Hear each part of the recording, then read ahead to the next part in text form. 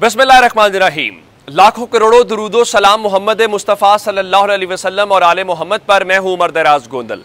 इस लम्हे के बाद अगर आप ये कहें कि शहबाज शरीफ हुकूमत की उम्र अब महीनों से, हफ्तों से, दिनों और घंटों के ऊपर आ गई है, तो ये कहना हरगिज़ भी गलत नहीं होगा। लेकिन बुनियादी सवाल यह है कि शहर इक़्तिदार यानी इस्लामाबाद का वारिस कौन है। इस सिलसिले में एक बड़ी अहम खबर मेरे पास आई है। अब मैं जब पहली बात ये कह रहा हूं कि ये चंद घंटों की बात रह गई है या चंद दिनों की बात रह गई है, तो ये बात क्यों की जा रही है, उसकी वजह यह है कि कल से आपने देखा कि हुकूमत ने बिल पास करवाने की कोशिश की निगरान हुकूमत के इख्तियारात से मुतल्लिक। पाकिस्तान पीपल्स पार्टी इसके ऊपर रजामंद नहीं थी, पाकिस्तान पीपल्स पार्टी नहीं मान रही थी। बिल आखिर पाकिस्तान पीपल्स पार्टी को मना लिया गया और पाकिस्तान पीपल्स पार्टी को मनाने के बाद जो कीमत अदा की गई है वो बहुत दिलचस्प है, जिसका मतलब यह है कि अब पार्लियामेंट के अंदर यह बिल पास किया गया है। पाकिस्तान तहरीक इंसाफ और रजा रब्बानी ने इसकी मुखालफत की है, लेकिन मुखालफत के बावजूद पार्लियामेंट ने निगरान हुकूमत के इख्तियारात में इजाफे की मंजूरी दे दी है। और जिसका मतलब यह है कि अब वो मुआहदे भी कर सकते हैं, वो मुज़ाकरात भी कर सकते हैं, जो जारी मंसूबे हैं वो भी कर सकते हैं। और हुकूमत को तो फिर बहुत जल्दी है। मिसाल के तौर के ऊपर आज हुकूमत ने कुछ तरक्याती स्कीमों में पैसे जारी किए हैं। 8 अगस्त तक मजीद उनको पैसे जारी किए जाने हैं, ताकि जाते जाते एक पूरे का पूरा माहौल जो है उनके साथ किया जाए। इससे हटके कुछ और एक खबर आज आ गई। खबर क्या थी जनाब कि मुख्तलिफ जो निगराने, मुख्तलिफ जो अरकान असेंबली हैं, उनके ऑफिशियल लेटर पैड्स के ऊपर सैकड़ों लाइसेंस बनाए गए हैं असलहे के, और वो कहते हैं जनाब जाली हैं, लेकिन महकमे दाखिला को काम कहते हैं नहीं जनाब, इन्होंने अपने स्टाफ के और पता नहीं किस किस के बनवाए हैं।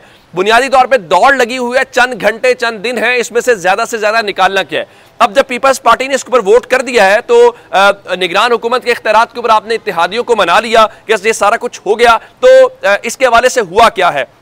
इस हवाले से मुश्तरका इजलास था और शिकवार उसकी मंजूरी दी गई, और जाहिर है उसका सेक्शन 230 जो निगरान हुकूमत को इख्तियार देता है उसकी वो मुखालफत कर रहे थे। और ये सारी तरमीम अपनी जगह के ऊपर है। और इस हवाले से जो असल मामला है वो क्या है, असल मामला ये है कि जो निगरान वजीर आजम है उसके लिए मुख्तलिफ नाम है। कभी हफीज शेख का नाम आ जाता है, इवन मिफ्ता इस्माइल का नाम भी है। मैं आपको रजा बाकिर के हवाले से हमने बहुत सुना है, बहुत सारी बातें हैं। लेकिन इस दौरान हुआ क्या है, इस दौरान हुआ यह है कि आज 2 इजलास हुए हैं।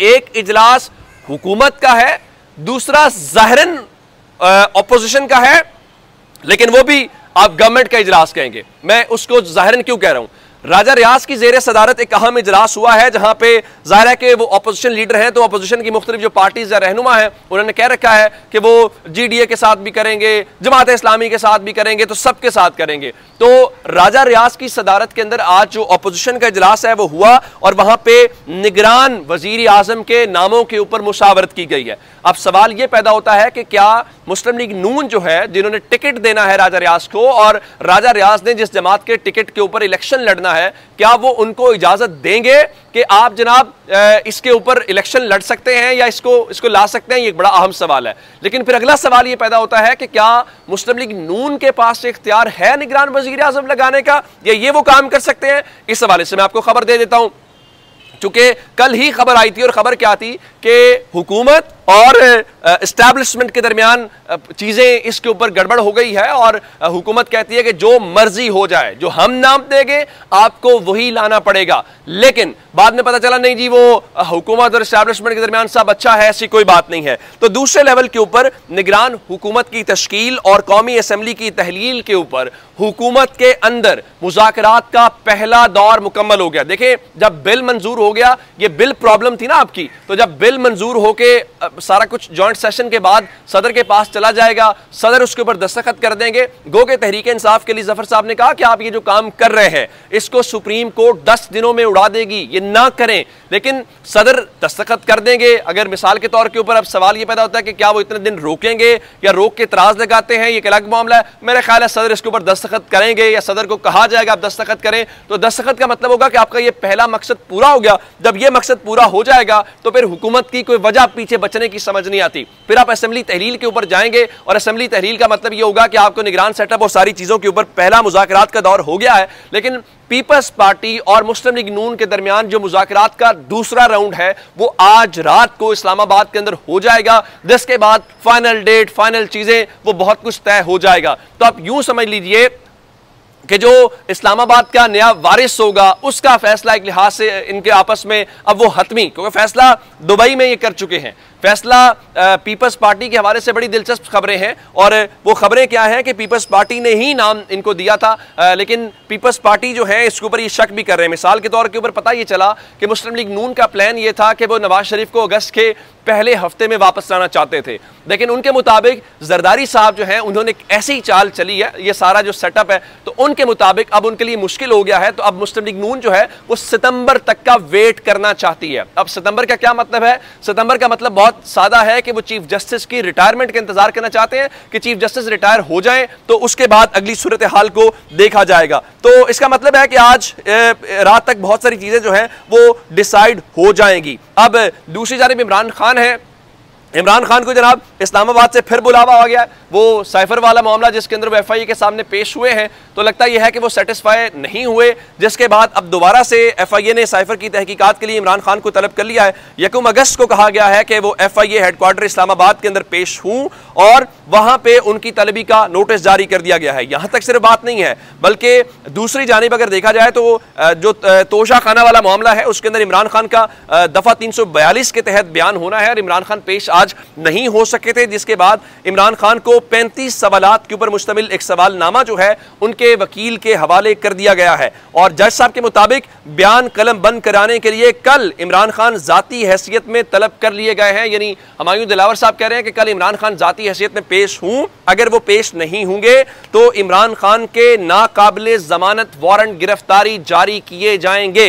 और मैं आपको बताना चाहता हूं कि इमरान खान जो है अपने तमाम केसेस की समाअत के बाद और इस्लामाबाद में जो कुछ भी था उसको देखने के बाद वापस पहुंच चुके हैं लाहौर के अंदर। और लाहौर में जाहिर है कि उन्होंने वहां पे वो अपने घर के अंदर स्टे करेंगे, और अब देखना यह है कि इस हवाले से इमरान खान कल वापस जाते हैं या नहीं जाते। लेकिन एक बड़ी दिलचस्प बात है, मैंने आपको बताया था कि इमरान खान की रात को कुछ मुलाकातें सहाफ़ियों के साथ हुई हैं, तो इस हवाले से मैं जुबैर अली खान जो वी न्यूज़ के हैं उन्होंने कहा कि इसे इमरान खान की खुद एतमादी कहें या मीडिया मैनेजमेंट, 1 घंटे की तवील मुलाकात में एक लम्हे के लिए भी ये महसूस नहीं हुआ कि इमरान खान पर 150 से ज्यादा मुकदमात हैं और वो अपनी पार्टी की टूट फूट की वजह से परेशान है। यानी उनके मुताबिक इमरान खान भरपूर इनिंग्स खेलने के मूड में नजर आ रहे हैं और वो परेशानी का शिकार नहीं है। दूसरी जानिब इमरान खान जिसकी तारीफ करते हैं चौधरी परवेज इलाही की, तो आज अदालत ने हुक्म दिया उनको 3 बजे तक अदालत में पेश किया जाए। लेकिन आप हैरान इस बात के ऊपर होंगे,